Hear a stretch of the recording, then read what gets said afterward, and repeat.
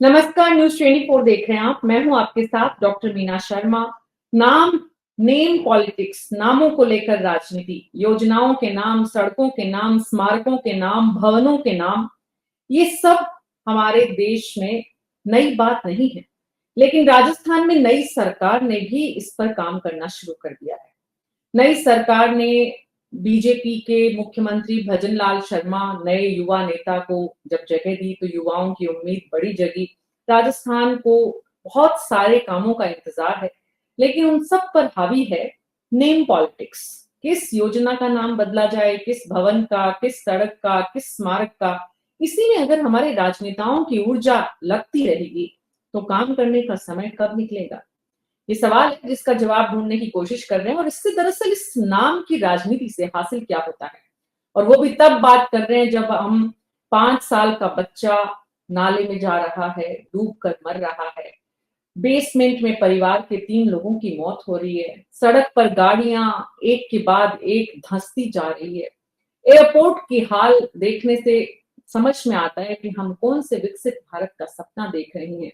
किसी भी कोने पर नजर डाल लीजिए राजस्थान के, थोड़ी सी बारिश होती नहीं है कि सरकार की तमाम बड़ी बड़ी बातों की पोल खुल जाती है। ऐसे में नाम की राजनीति कितनी सही है? अटल खंडेलवाल बीजेपी के प्रवक्ता, करणवीर राजपुरा कांग्रेस पार्टी के, सनी सेबेस्टियन जी वरिष्ठ पत्रकार, महेश शर्मा जी वरिष्ठ पत्रकार और राकेश वशिष्ठ जी वरिष्ठ पत्रकार हमारे साथ हैं। आप सभी का बहुत बहुत स्वागत है। अटल खंडेलवाल जी, कितने लोगों की मौत हो गई है बारिश में? मीना जी, देखिए कि जब अचानक से बारिश काफी सारी मात्रा में एक साथ आ जाए, जैसे कि एयरपोर्ट पे 133 mm बारिश एक साथ आ गई, तो उस कंडीशन में कुछ जर्जर इमारतें या कहीं पर भी बहुत सारी जगह पर ऐसी सिचुएशन है, तो वहां पर विद्याधर नगर में जैसे सामने आया कि भी आपका वास्ता तो जर्जर इमारतों से नहीं पड़ता अटल खंडेलवाल जी, आपका वास्ता तो एयरपोर्ट से पड़ता होगा। एयरपोर्ट की हालत तो आपने देखी होगी। हाँ देखी, बिल्कुल देखी ना। एयरपोर्ट, ये तो अब देखिए एयरपोर्ट अथॉरिटी का काम एकदम से जब 133 मिलीमीटर बारिश कहीं पर भी आएगी और वो 2 घंटे में आ गई, तो फिर वो कोई भी जगह हो, भले किसी भी जगह कि उसमें कुछ हालात थोड़े से अस्त व्यस्त होते ही। ये बिल्कुल, लेकिन उन हालातों को आप कितनी जल्दी से दुरुस्त करते हो, ये इम्पोर्टेंट है। पिछली बारिश हुई थी ना अटल खंडेलवाल जी, ठीक 1 साल पहले, उस समय आप लोगों की भाषा, आप लोगों के तेवर ऐसे नहीं थे जैसे अभी आप बता रहे हैं। बहुत बड़ा फर्क था। वो अभी करणवीर जी दिखाएंगे, लेकिन वो भी भूल जाएंगे और वो भी कुछ नहीं करेंगे। मुश्किल ये है कि विपक्ष में रहते हुए भी बहुत बड़ी जिम्मेदारी होती है। करणवीर जी, ये जो हालात हैं इसके लिए बीजेपी की सरकार निश्चित रूप से जिम्मेदार होगी। तैयारी नहीं की, सरकार को मानसून की बारिश की तैयारी करनी चाहिए। पिछले 25 साल से पत्रकारिता में हर साल हम ये इसी तरह की बातें करते हैं, लेकिन कोई ठोस, मतलब 6 महीने पहले से सरकार आने के बाद में मालूम था मानसून आएगा, बारिश आएगी, पानी का भराव कहाँ है, कहाँ से रास्ते निकलने का है। बच्चा नाले में डूब के मर गया। मीना जी, आप जिस तरह की बात कह रहे हैं कि अभी 8 महीने के अंदर जिस तरह से भारतीय जनता पार्टी की सरकार रही है, बारिश की बात 8 महीने की नहीं, बारिश की बात ही जोड़ रहा हूं उसमें। बारिश की मानसून आने से पहले हर भारतीय जनता पार्टी को पता है कि ये चुनाव तो है नहीं, मानसून तो अपने नियत समय पे आता है और प्रत्येक वर्ष आता है। ये भी नहीं है कि औचक आ गया। तो मानसून की जो तैयारियां हैं उसके बाबत भारतीय जनता पार्टी ने क्या तैयारियां की, वो देखने वाली बात है।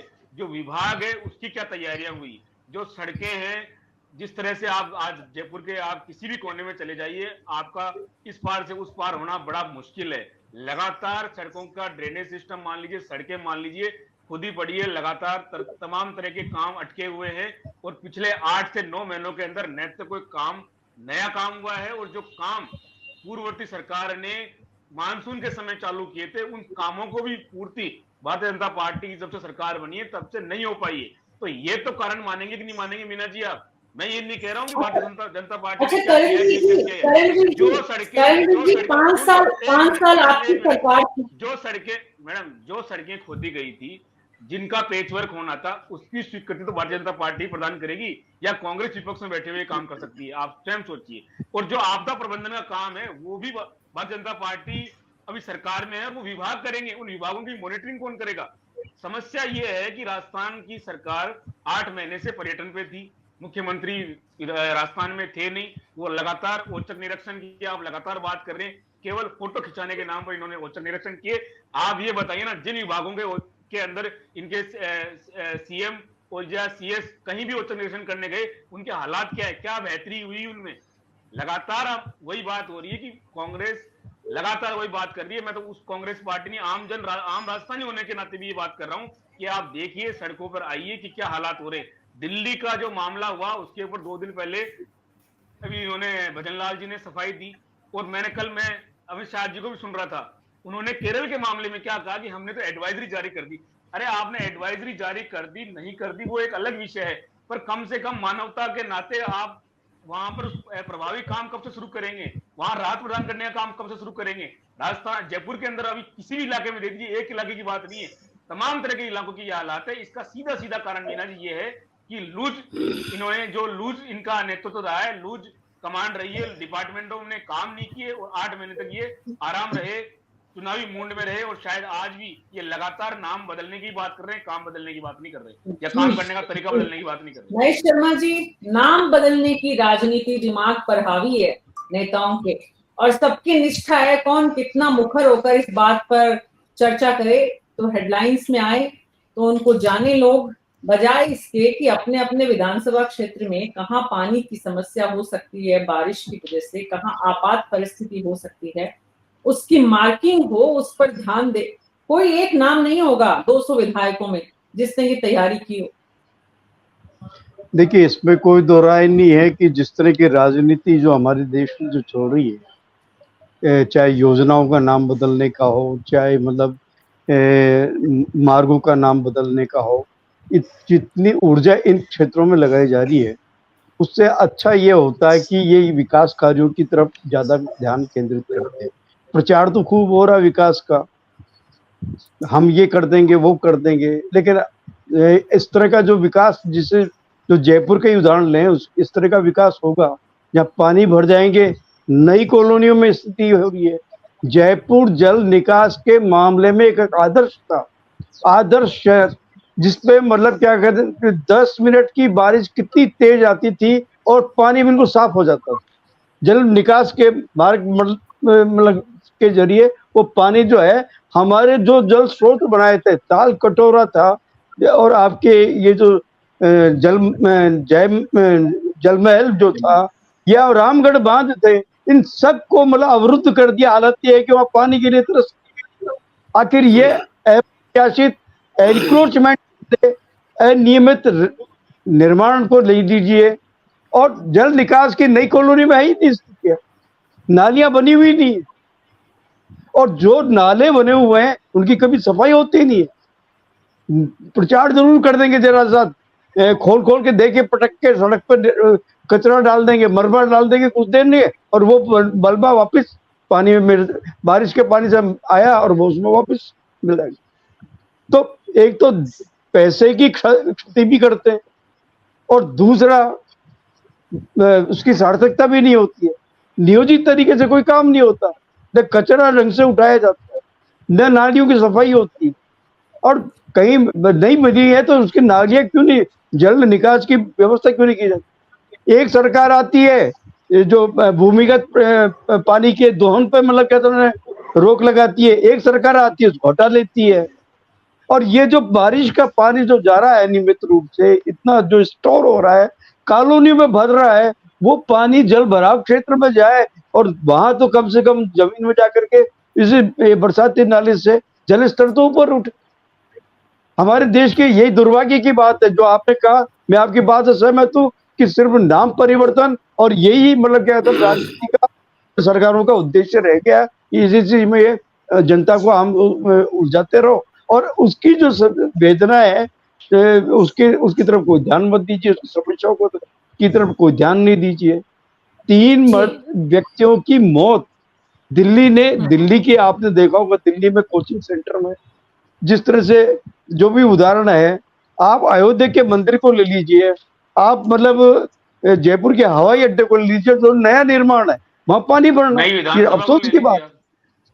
विधानसभा को ले लीजिए, ऐसे में आपने प्राइवेट हाथों में दिया, एयरपोर्ट की ज्यादा बेहतर प्रबंधन होगा, उसके बाद ये हालात, तो आप उस प्राइवेट इंस्टीट्यूशन जिस भी कंपनी को आपने दिया हुआ है, क्या जिम्मेदारी तय करते हैं, क्या जवाबदेही है, कुछ मतलब अटल खंडेलवाल जी क्या आप बता सकते हैं कि विधानसभा वार इस बारिश, मानसून की बारिश से निपटने के लिए पार्टी के स्तर पे, सरकार के स्तर पे, संगठन के स्तर पे कुछ तैयारियां, कुछ बैठकें हुई हों, कुछ है डॉक्यूमेंटेशन पे कि भाई देखिए ये हमने तैयारी की थी, यहाँ पे इतने लोगों को तैनात किया था। आप तो राष्ट्रीय स्वयंसेवक संघ जो हर आपदा में खड़ा रहता है, वो क्या कर रहे थे इस समय? देखिए मीना जी, आपदा का प्रबंधन कैसे, कि बारिश का सीजन था और ऐसा नहीं है, मीटिंग्स हुई हैं सरकार की, सभी जितने भी वार्ड्स हैं उन सबको लेकर के बैठे हैं। और लेकिन मैं आपसे एक बात पूछता हूँ, अभी जैसे कि करणवीर साहब ने कहा बहुत सारी बातें, ऐसा है वैसा है, आप बताइए मीना जी, 200 गज का प्लॉट है और उसपे आप 4 मंजिल की परमिशन दे देते हैं।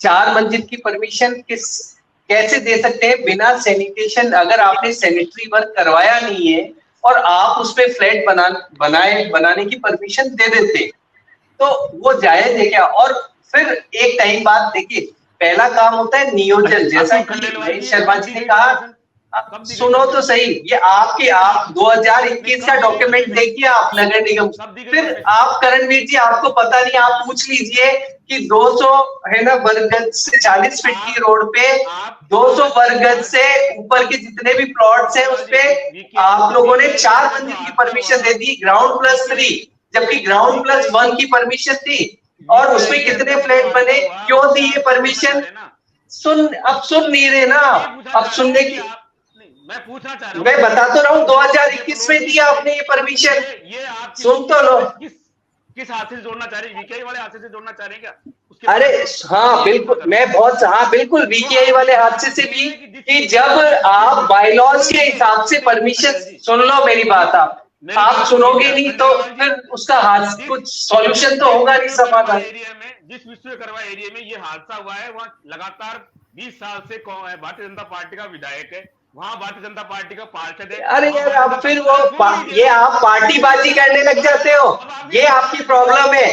आप पार्टीबाजी मत करो, उसका एक्चुअल समाधान सोचो कि वहां ऐसा क्यों हुआ। बायलॉज के हिसाब से वो बेसमेंट नहीं बनाया गया, वहां सैनिटेशन का प्रबंध नहीं था, और जब आपको पता ही नहीं है किसी विषय का तो फिर आप बोलोगे कैसे? मतलब गलती बिना वजह की। देखिए, आपदा की बात कर रहे हो मीना जी, तो उसके बाद में अपने मुख्यमंत्री साहब ने 5 लाख की सहायता तो तुरंत देने की वो घोषणा कर दी। वो सारे काम जो होने के बाद होने हैं वो तो सुनिश्चित हो ही जाते हैं, लेकिन ये हुआ क्यों? तो उसके लिए अनियमितता है, बहुत सारी अनियमितता, बहुत सारे बायलॉज में चेंजेस, और जिस तरीके आपको राजस्थान की जनता ने जो सरकार दी है, दरअसल उस सरकार में सारे काम तो पिछली सरकारों के किए हुए हैं, तो कोई भी घटना दुर्घटना होती है तो आपके पास कहने को है कि ये तो पिछली सरकार में ऐसा हुआ था इसलिए ऐसे घटना हो गई। तो आप तो किसी घटना या दुर्घटना के लिए तो जिम्मेदार हैं नहीं, और हो भी नहीं सकते आने वाले दिनों में, ये बात भी स्पष्ट हो गई।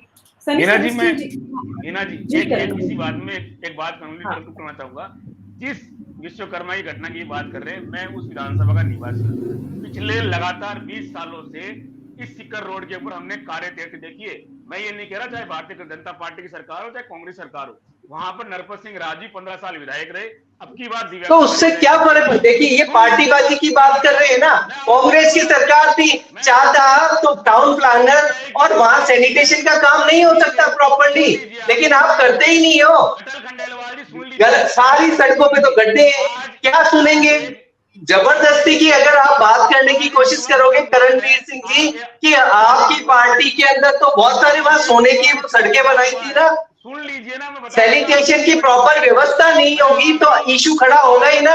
मैं इसका कारण बता रहा हूँ, आप कारण तो कारण आपको क्या कारण है बताइए आप। बता रहा हूँ, जो द्रव्यवती योजना पिछले सरकार के अंदर उसमें राज्य ने, अब द्रव्यवती पे आ गए आप, मतलब कहाँ क्या कहाँ, मतलब किसी का चूना किसी का वो है ना, कहीं का कहीं रोड भानुमति का है ना, आपने कुंभा बनाने की कोशिश कर रहे हो।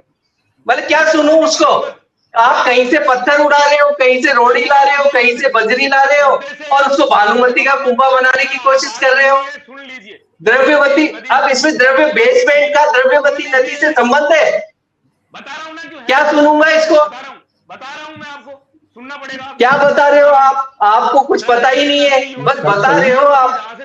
द्रव्यवती जहाँ से शुरू हुई है वो उसी विश्वकर्मा एरिया से शुरू होती है, सुन लीजिए आप। मैं आती हूँ सनी सेबेस्टियन जी आपके पास, बाकी दोनों लोगों का ऑडियो बंद कर दीजिए, बीजेपी और कांग्रेस के प्रवक्ता का।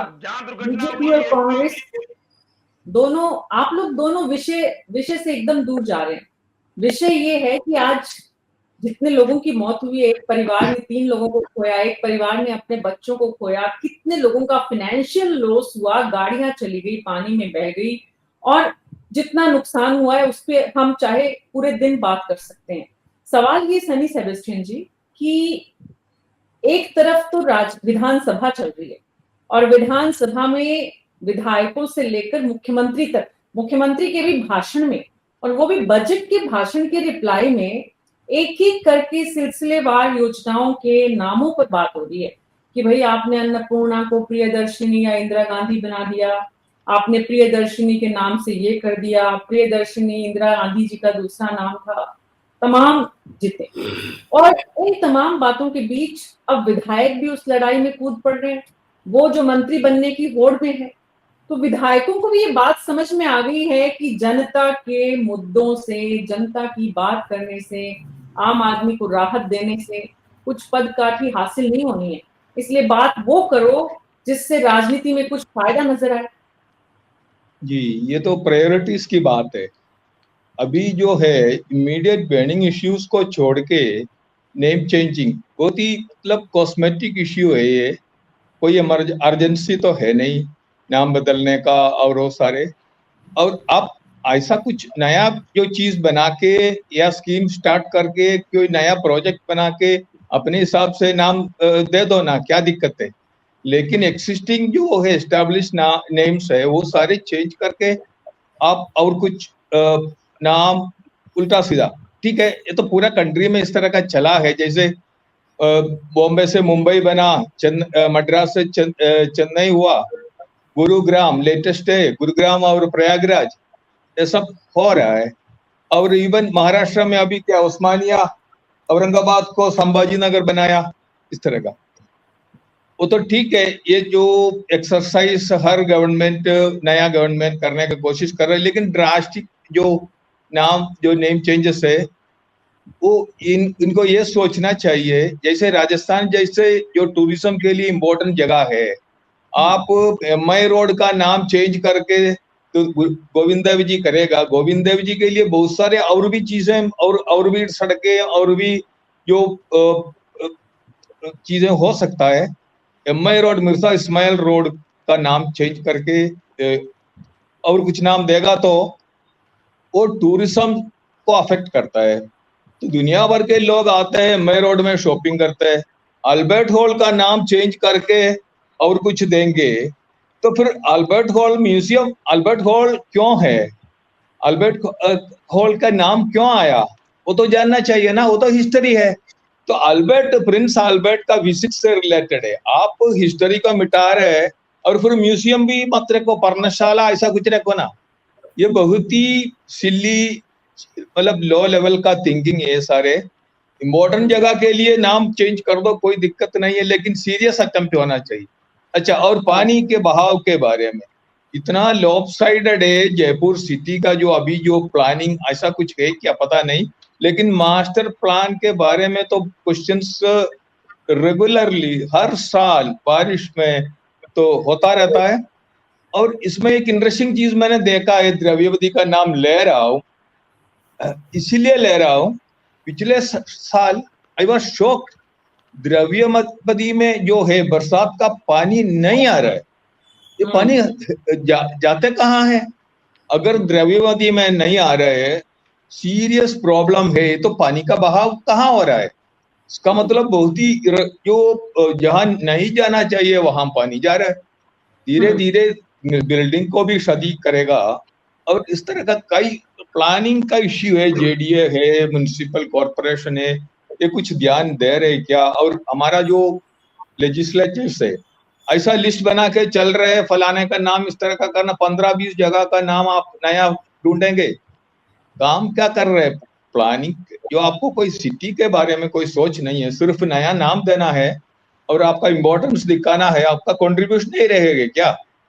भानुमति को और कुछ नाम दे दिया और आपने तो बहुत आपका कंट्रीब्यूशन नहीं रहेगा, फिर मैंने नाम चेंज करवाया, ठीक है। जिनका तो नाम को मतलब सेलिब्रेट करना है, या मान लो एक एग्जाम्पल एयरपोर्ट का नाम है, एयरपोर्ट के लिए कोई नाम अभी है नहीं, जयपुर एयरपोर्ट है या पहले सांगनेर एयरपोर्ट था, वहां तो नाम देने में कोई दिक्कत नहीं, आपकी आपको जो इच्छा मर्जी है दीजिए, आप गोविंद देव जी का दीजिए, राधा मोहन जी का दीजिए, कृष्ण जी का दीजिए, और जिसका मन है दीजिए।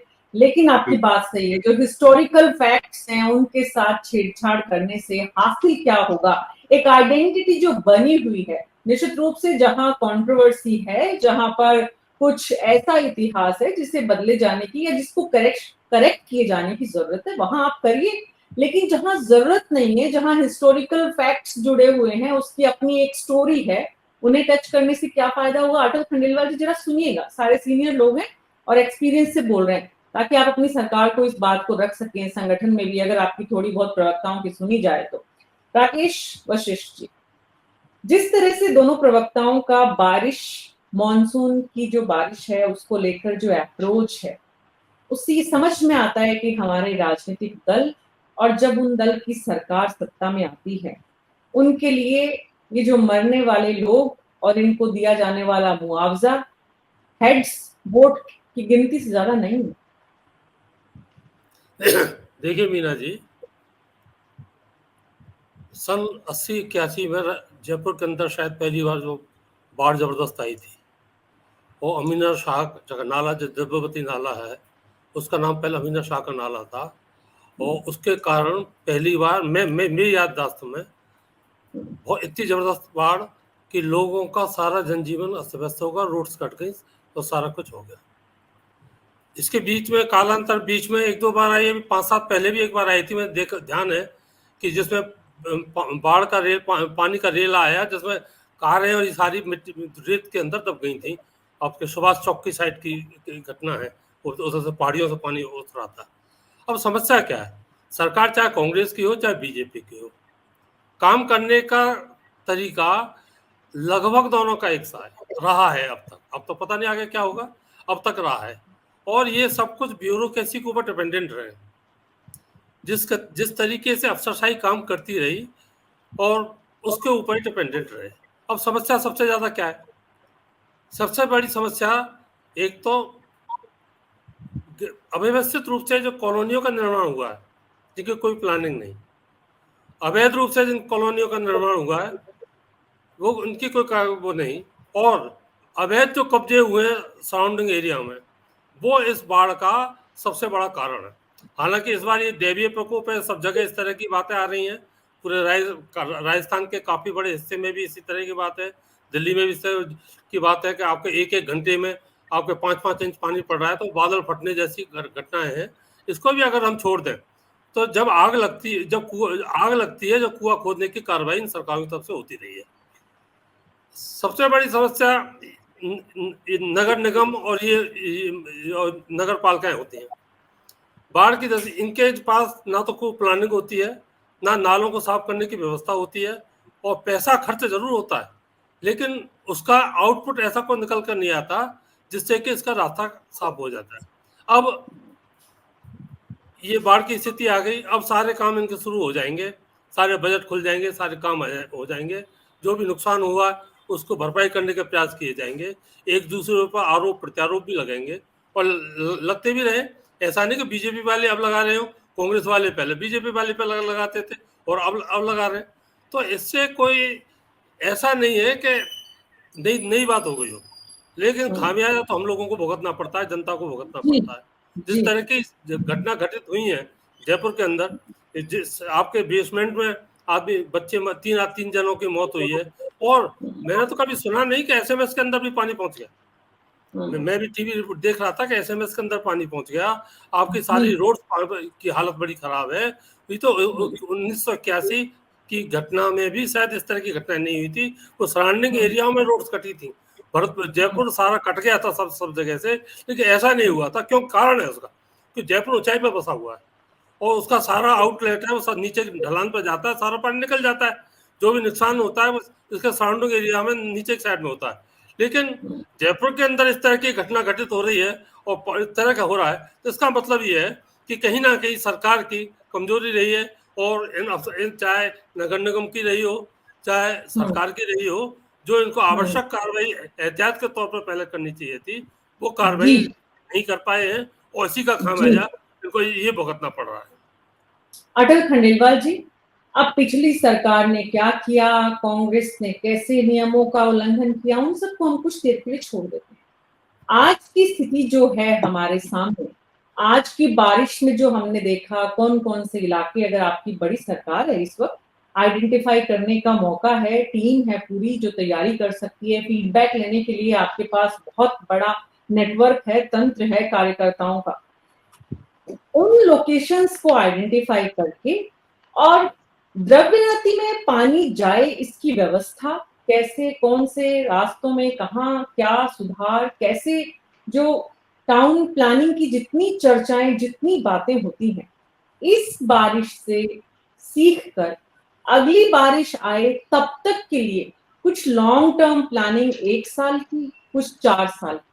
आप सोचते हैं कि ऐसा कुछ होना चाहिए? क्या आपकी सरकार इस दिशा में कुछ कर रही है?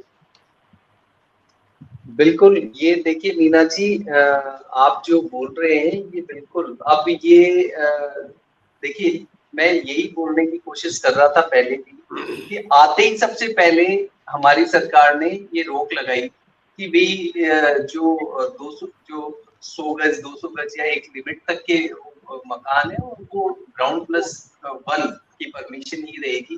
वो क्यों? क्योंकि सैनिटेशन का रास्ता ही रुक गया। बहुत सारी जगह ये सारी व्यवस्था जो आप कह रहे हैं द्रव्यवती तक, बहुत सारे नाले बंद हो रखे हैं, उनको टाइम पर अब बिल्कुल इस तरह की व्यवस्था हो कि द्रव्यवती नदी तक जाए। अगर चाहते तो कांग्रेस की, आप बोल तो रहे हो, लेकिन कांग्रेस के राज में ये सब द्रव्यवती नदी की हालत खराब थी। अटल जी, मेरा सवाल ठीक से सुन लीजिए।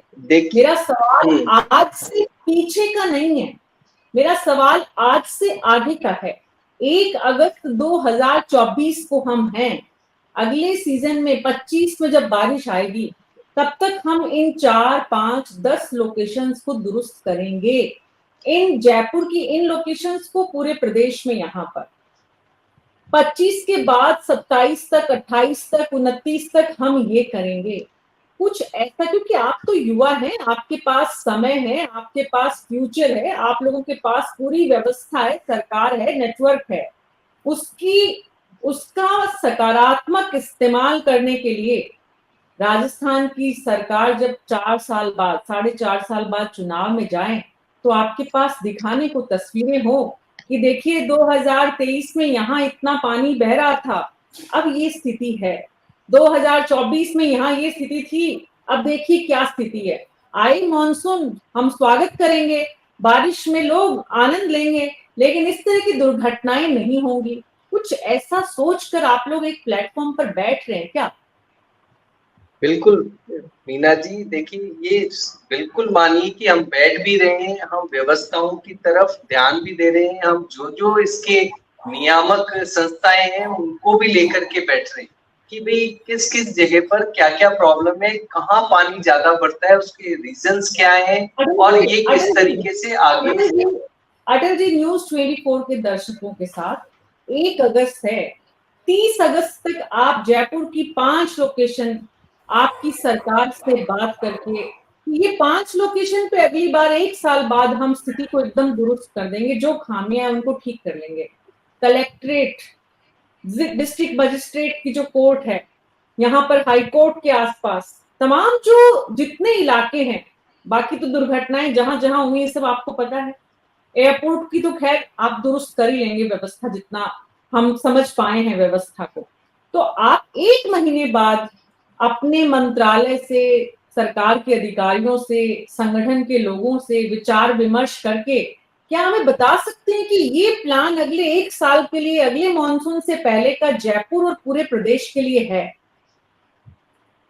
देखिए मैं यही, देखिए मीना जी, बिल्कुल जो ये कहना चाह रहा हूँ कि भी जब तक ये सारी संस्थाएं मिलकर करके और काम नहीं करेंगी, और तब तक ये संभव नहीं है कि आप ये बोल दें कि ये सड़कें हैं और यहाँ ऐसे कर दिया जाए। ये संभव नहीं। ये संभव तभी है जब सारी संस्थाएं आ जाए एक मंच पर और ये इसकी प्रॉब्लम आइडेंटिफाई हो जाए कि ये इस वजह से हो रहा है। जैसे मान लो भाई एनक्रोचमेंट बहुत ज्यादा है, नहीं तो ये मैं यही बोल रहा हूँ कि करने को तो सरकार ही करेगी, हम ही लोग करेंगे, लेकिन एक बार में केवल 5 जगह की लोकेशन आप ठीक कर दीजिए। तो ये तो मैं यहीं पर बोल देता हूँ, ठीक है आप दे दीजिए 5 जगह की, 100% अगली बार हो जाएगी। तो ये 5 जगह नहीं, मैं मेरा है सरकार, देखिए मेरा जी सरकार का, अटल जी 5 सरकार बता दीजिए पूरे जयपुर की। ये 5 लोकेशन पर आपको अगली बार ऐसी स्थिति देखने को नहीं मिलेगी, आप अभी बता दीजिए। मैं मीना जी देखिए शॉर्ट बता देंगे। देखिए शॉर्ट टर्म प्लानिंग ये है अभी जो राइट नाउ शॉर्ट टर्म की, जिसकी जो कि बरसात का टाइम है अभी, कि अभी जो भी जितनी भी जो रोड है उसके अंदर जहां जहां पानी बढ़ता है उन सब में जो आप खुद देखेंगे कि आपकी बार कोई विशेष अगर स्थिति ना उत्पन्न होती है तो ये सारी ड्रेनेज का सिस्टम जहां भी अटका हुआ पानी है उसको निकालने की व्यवस्था हो गई है। पूरी टीम लगा दी है, माननीय मुख्यमंत्री जी ग्रेटर नगर निगम और सबको साथ लेकर के बैठ गए और निरीक्षण जारी है। और भी विभागों की जरूरत पड़ेगी तो वो काम करना शुरू कर दिया है। पहला एक होती long term planning. Long term planning के अंदर केवल जयपुर ही नहीं, पूरे राजस्थान में जहां जहां एनक्रोचमेंट्स हैं, आप देख रहे हैं प्रभावी तरीके से एनक्रोचमेंट अब हटाने का शुरू कर दिया गया है। टाउन प्लानिंग के अंदर जो जो व्यवस्थाएं हैं कि जिस कारण से ये पानी का ड्रेनेज सही नहीं है, उन चीजों को या तो रिप्लेसमेंट किया जाए या उनकी साफ सफाई की जाए, और या फिर उसका जो भी एक स्थायी जो सॉल्यूशन है वो दिया जाए। तो आने वाले टाइम पर आपको ये व्यवस्थाएं नहीं मिलेगी। 1 साल बाद मेरा मानना है कि कोई विशेष स्थिति, देखिए मीना जी, विशेष स्थिति में तो कोई भी विकसित जगह हो, आज वायनाड में भी तो आ रही है बाढ़, वहां पर भी तो मर गए बहुत सारे लोग, और वहां क्या है, वहां हमारी बीजेपी की गवर्नमेंट है क्या, कांग्रेस की है? अटल खंडेलवाल जी नहीं, मेरा कहने का मतलब विशेष, बिल्कुल देखिए विशेष परिस्थिति में हम आपदा प्रबंधन बढ़िया से करेंगे, ये मैं आपको अश्योर कर सकता हूँ। लेकिन विशेष परिस्थिति यदि हुई तो आपदा प्रबंधन का ही काम हो पाएगा। लॉन्ग टर्म प्लानिंग हमारी ये है कि जो एनक्रोचमेंट और जितनी व्याधियां हैं उनको हम ड्रेनेज सिस्टम से रिलेटेड आपको अगली बार से ही नहीं मिलेंगे। करण सिंह राजपुरा जी, आप कम से कम अब ये मत कहिएगा हमारी सरकार और वहां यहाँ हमारी सरकार, क्योंकि ये मुद्दा कम से कम हमारी सरकार का नहीं है, ये मुद्दा तो हमारी जनता का है, जिसमें कोई भी सरकार हो उसके साथ विपक्ष को भी खड़ा होना चाहिए। आज की तारीख में जो पूरे प्रदेश का आपने हाल देखा है, तो आपकी भी टीम काम कर रही होगी, कांग्रेस पार्टी का संगठन भी, सेवा दल भी, तमाम तरह के जो आपके कार्यकर्ताओं की फौज है।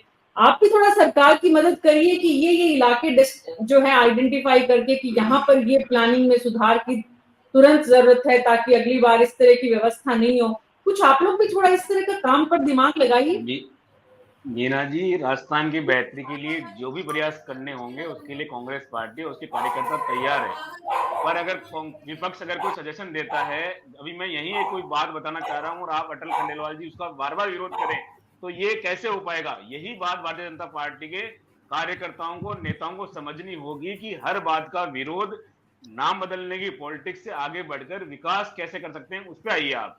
लगातार इन्होंने अभी आपने 5 जगह के नाम मांगे और मैं तो आपको स्पष्ट कहता हूं अटल खंडेलवाल जी, बैठे हैं यहाँ पे भारतीय जनता पार्टी का कोई भी नेता, कोई भी प्रवक्ता, कोई भी मुख्यमंत्री इस बात को कहने के लिए बिल्कुल स्वतंत्र नहीं है कि 2047 से पहले किसी भी काम का कोई वो वादा कर दे। इनके जबान पे केवल 2047 ही मिलेगा आपको, उससे पहले किसी भी काम को टाइम लिमिट में, टाइम फ्रेम में करने की कोई व्यवस्था नहीं है। मैं लगातार अभी जो दुर्घटना जो चला गया है हमारे यहाँ से, उसको राहत देने में भी इन्होंने जो चिरंजीवी योजना 10 लाख का बीमा हुआ करता था, वो राजस्थान सरकार का ही था। विषय से मत हटिए करणदीप जी, विषय से मत हटिए। सनी सेबेस्टियन जी, मैं आपके पास आ रही हूँ। इस वक्त भजन लाल शर्मा राजस्थान के मुख्यमंत्री। जी करणदीप जी, विषय पे रहिए, चिरंजीवी पे मत जाइए। समाधान तभी निकल के आएंगे जब आप पक्ष विपक्ष को पूरा मौका देंगे, और मैं समाधान की तरफ ही आ रहा हूँ। जिस दिल्ली के अंदर यह हादसा हुआ, जिस दिल्ली के अंदर जिस त्वरित रूप से कार्रवाई हुई, उसी राजस्थान का जो डिप्टी सीएम का इलाका है विकियाई एरिया, उसके अंदर ये हादसा हुआ। और वहां कितने दुरुस्त कायम किए गए। अटल खंडेलवाल जी बैठे हैं। आरोप लगाना नहीं मैडम, कांग्रेस अब क्या कर सकती है? कांग्रेस तो विरोधी कर सकती है ना। और आप बताइए अगर सरकार को जगाने के लिए कोई दूसरा प्रयास है तो वो भी कांग्रेस पार्टी करने के लिए तैयार है। आप बताइए। अब देखिए आपने ये विरोध करने के लिए बस यही इश्यू है। खंडेलवाल जी सुन लीजिए, आप खुद ही स्वीकारोक्ति दे रहे हैं, मैं क्या करूं? चल रहा है, अब आप बीच में मत टोकिए, नहीं तो मैं भी, मुझे भी आता है ये सब तरह करना। मेरा कहने का मतलब ये है, राजस्थान के अंदर जिस तरह के हालात है, उन हालातों से बाहर निकलने के लिए आपको विपक्ष का साथ लेना होगा। और जो ये आरोप प्रत्यारोप की राजनीति है, लगातार कांग्रेस के ऊपर आक्षेप लगाना कि उन्होंने कुछ नहीं किया। अगर इन 8 महीनों के अंदर कार्रवाइयां हुई होती तो आपदा प्रबंधन बेहतरी के साथ काम कर सकता था। आने वाले समय में भी विपक्ष राजस्थान के साथ है। राजस्थान की बेहतरी के लिए प्रत्येक प्रयास किए जाएंगे। ठीक है सनी सेबेस्टियन जी, मुख्यमंत्री और उनकी सरकार को इस वक्त क्या करना चाहिए कि अगली बार जब मॉनसून आए तो हम यही बहस वापस नहीं करें, यही तस्वीरें वापस नहीं दिखाएं? नहीं, जो नॉर्मल प्रिपरेशंस होता है, पहले होता था ये जो मानसून से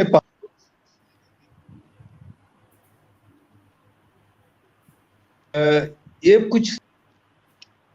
महेश जी देखिए, जहां तक आपने ये देखा होगा कि अभी जो स्थितियां बनी है, जयपुर में जो अतिक्रमण और अनियमितताएं जो आई है बसावट नई कॉलोनियों की, उसकी वजह क्या है? मुख्य रूप से यह है कि कहीं पे भी सरकार का नियंत्रण नहीं, सब कुछ सहकारी समितियों के भरोसे छुपा है। वो अपने फायदे को ध्यान में रखते हुए इस तरह के अनियोजित विकास का मतलब सहारा लेती है। फिर दूसरा है कि जिसको प्लॉट मिला है वो अपने फायदे को ज्यादा देख रहा है, वो अपने ज्यादा उसको इनकम का सोर्स बनाने के चक्कर में कभी ग्राउंड फ्लोर बना रहा है, कभी क्या है, तो बायलॉज के मतलब कहता हूँ उल्लंघन हो रहा है। इसमें कर्मचारियों की भी मिलीभगत है। नगर निगम वगैरह की, नगर निगम और जयपुर विकास प्राधिकरण, इन सब की एक नोडल इकाई मिलकर के वो तय करे कि जयपुर का विकास हमारी इस मापदंड पे होगा, हमारी देखरेख में होगा, काम आप कीजिए। ऐसा नहीं हो रहा है, हम बिल्डर्स के हिसाब से मतलब छोड़ रहे हैं उसका, वो अपने मुनाफे के लिए सब कुछ मतलब क्या कहते हैं दाव पे लगा रहे हैं। और यहाँ कर्मचारी बैठे बैठे उसको निर्णय लेकर के उसको पास कर देते हैं उसकी स्कीम। एक सबसे बड़ा जो लेकुना है वो इसमें सुधार करने की। दूसरा, जो आपके जल निकास के जो नाले बने हैं, नालियां बनी हुई है, आप वो अभी पुरानी पद्धति से ही मतलब उसकी सफाई वगैरह कर रहे हैं। अरे नई मशीनें आई है, आप ये देखिए ना, कभी मतलब क्या कहता है नई मशीनें वो क्यों नहीं काम किया? आपके पास बजट है, आपके पास उसके लिए तो फुर्सत है कि आज नगर निगम का वो जो नया जो मेयर बना उसको हटाओ, इसकी ये लाओ, ये इसकी तरह राजनीति में करते रहते हो, उनको अस्थिर बनाए रखते हो, बजाय इसके कि इतना फंड दिलवा जाए, नई मशीनें लाई जाए और उनसे कार्रवाई की जाए। वो भी नहीं कर रहे हो आप। आज एक बात बताइए, जयपुर का टाल कटोरा सूखा क्यों रहता है इतनी बारिश में भी? जो ये कह रहे थे 133 mm बारिश हुई है, उसमें एक बूंद आई क्या पानी? और बाकी दूसरी जगह टाल कटोरे बने हुए हैं, उसको रोकने के लिए क्या इंतजाम कर रहे हैं आप? ये नहीं है आप लोगों के। किसी भी सरकार ने 20 साल से किसी भी सरकार ने इसकी तरफ गौर नहीं किया। तो ताल कटोरा एक महत्वपूर्ण मतलब क्या कहते हैं पर्यटन की दृष्टि से भी नहीं, पानी की दृष्टि से भी, जल निकास से भी जुड़ा हुआ था। लेकिन आपने कोई ध्यान नहीं दिया। राम साहब, एशियाड जब हुआ हमारा 81 के अंदर, उसके बाद से वो रामगढ़ बांध सूख गए, उसके कभी जल प्रबंधन की तरफ ध्यान नहीं दिया, एनक्रोचमेंट हो गए, और इसमें कौन सा पॉलिटिशियन, ब्यूरोक्रेट वगैरह सब हो गए।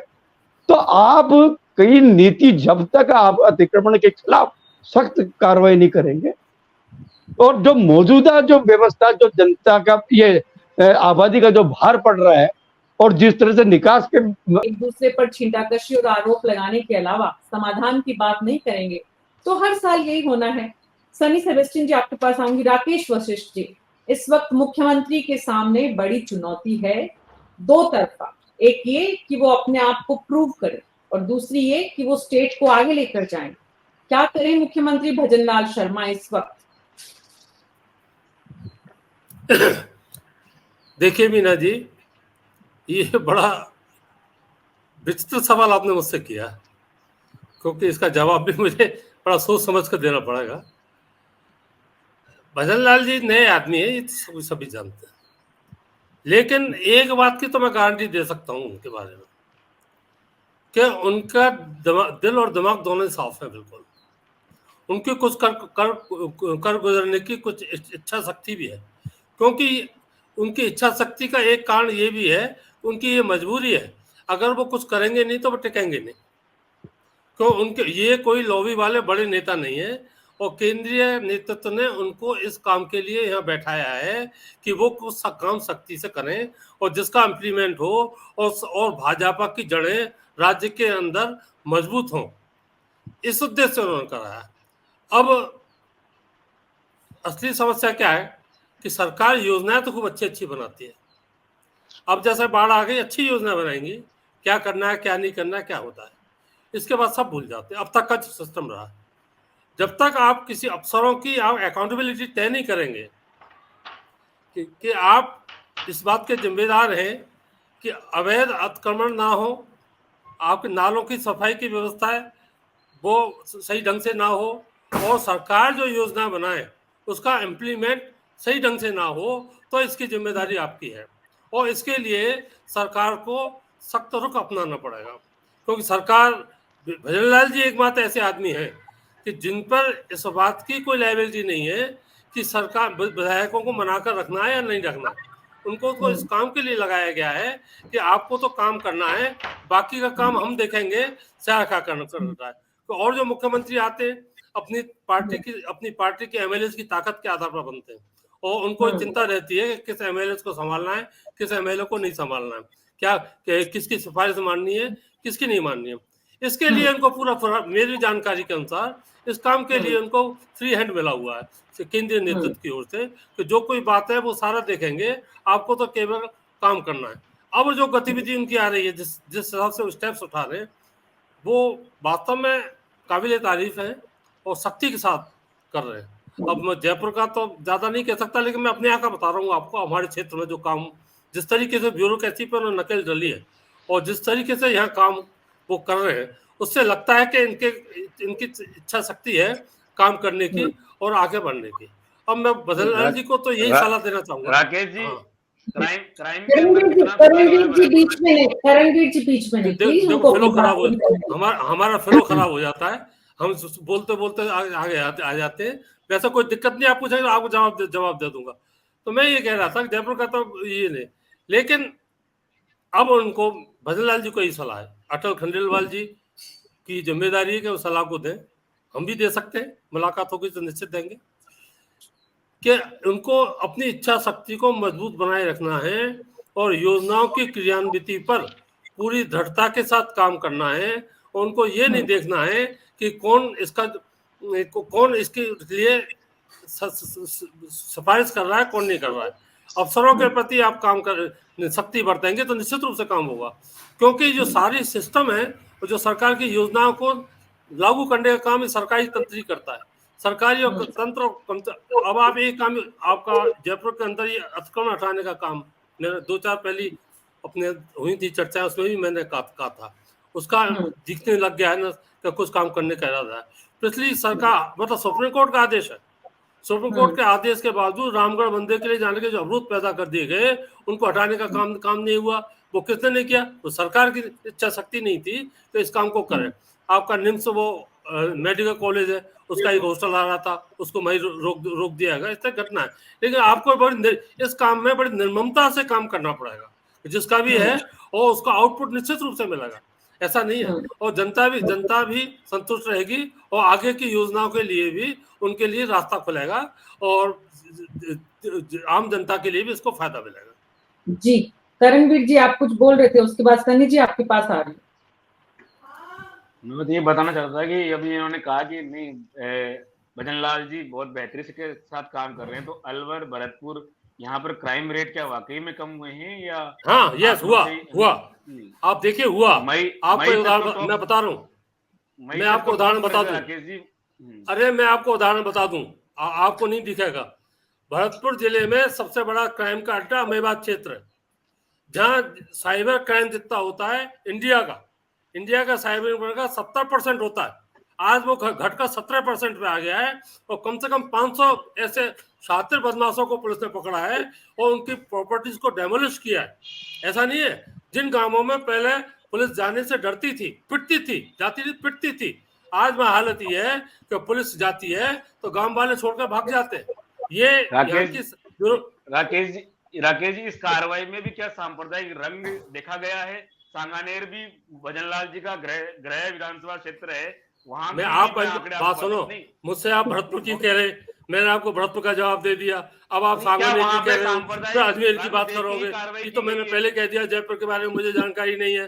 तो आप या तो एक जगह बात करो। तो भरतपुर की और दलबड़ की मैं बता सकता हूँ कि क्राइम रेट में आज हालत ये है भरतपुर के अंदर, जितने बदमाश थे एक एक करके या तो उनके पैर तोड़ दिए गए और या उनको जेल में बंद कर दिया गया है।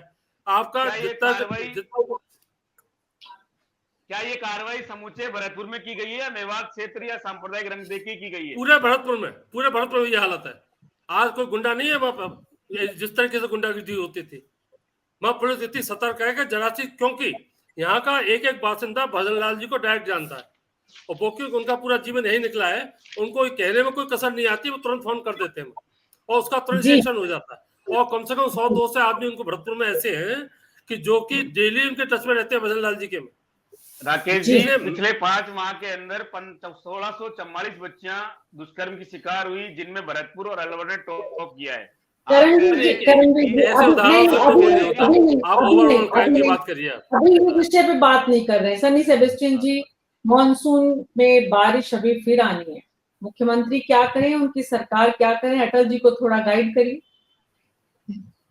मुख्यमंत्री जी को ये करना चाहिए, जो सिविक बॉडीज है जैसे जेडीए है और जो हाउसिंग बोर्ड है, म्युनिसिपल कॉर्पोरेशन है, इनका जो अच्छा कोऑर्डिनेशन बिठाना चाहिए। और जो पॉलिसी है, अभी शॉर्ट टाइम लॉन्ग टाइम तो अलग है। शॉर्ट टाइम पॉलिसी इमीडिएटली पानी का निकासी के लिए क्या क्या करना चाहिए वो, और ये जो प्रॉब्लम एरियाज है वो आइडेंटिफाई करके मशीन भी, जैसे महेश जी बोल रहा था, नए कई मशीन है, पानी निकालने का भी बहुत सारे मशीन से फास्ट निकालते हैं वो। उस तरह का मशीन अगर है नहीं है तो मंगवाना चाहिए, हरियाणा वगैरह से मिल जाएगा पास से। और ये मुख्यमंत्री जी को चीफ सेक्रेटरी से बात करके इन तीनों बॉडीज को, लोकल सिविक बॉडीज को अलर्ट करके उनके कोऑर्डिनेशन में काम करवाना चाहिए युद्ध स्तर पर, मतलब वार फुटिंग पे। क्योंकि बारिश आई गया, एक महीना ऑलमोस्ट लेट है, लेकिन कल वाला बारिश का ऐसा लगता है 15-20 दिन या अगस्त में बहुत अच्छा बारिश होगा, ज्यादा होगा, क्योंकि दिल्ली में भी हुआ है, दिल्ली का जो ट्रेंड यहाँ भी रहता है इसीलिए। और फिर जो एक्सीडेंट प्रोन एरियाज है, जैसे 7-8 साल पहले एक स्टूडेंट सड़क के साइड में जाके पेशाब कर रहा था, पानी में बह गया। वो खुला जो चीजें, जो एरियाज है वो वहाँ क्लोज भी करना चाहिए। इस तरह का जो है हॉटस्पॉट्स है वो भी आइडेंटिफाई करना चाहिए। इसके लिए कौन टास्क फोर्स है, कहाँ टास्क फोर्स सेटअप करना चाहिए, उस हिसाब से फिर जवाबदेही किसी को, मतलब किसी में फिक्स करना चाहिए। इस तरह का कर सकता है, ऐसा नहीं है बहुत ही मुश्किल काम है। कर सकता जी, है। ये बहुत ही आसान काम है, मुश्किल नहीं, बहुत ही आसान। सिर्फ मुख्यमंत्री को लीड लेनी है, सबको एक मंच पर लाना है, एक प्लेटफॉर्म पर बात करनी है, एक्टिवेट करना है सबको, आइडेंटिफिकेशन करनी है लोकेशंस की, मशीनरी को दुरुस्त करना है, टेक्नोलॉजी की हेल्प लेनी है। अटल खंडेलवाल जी, उम्मीद करते हैं कि आपकी पार्टी इस पर ध्यान देगी, सरकार को इस पर सजग करेगी। आप सबका बहुत-बहुत शुक्रिया इस चर्चा में शामिल होने के लिए। न्यूज़ 24 पर मानसून के बाद जो जयपुर और पूरे राजस्थान के हालात हुए, जिस तरह से लोगों की जान गई, उसमें राजस्थान सरकार क्या करे, इसको लेकर एक छोटा सा प्रयास हमने किया। कल 6 बजे फिर मुलाकात होगी मरुधरा की बात में। तब तक के लिए नमस्कार।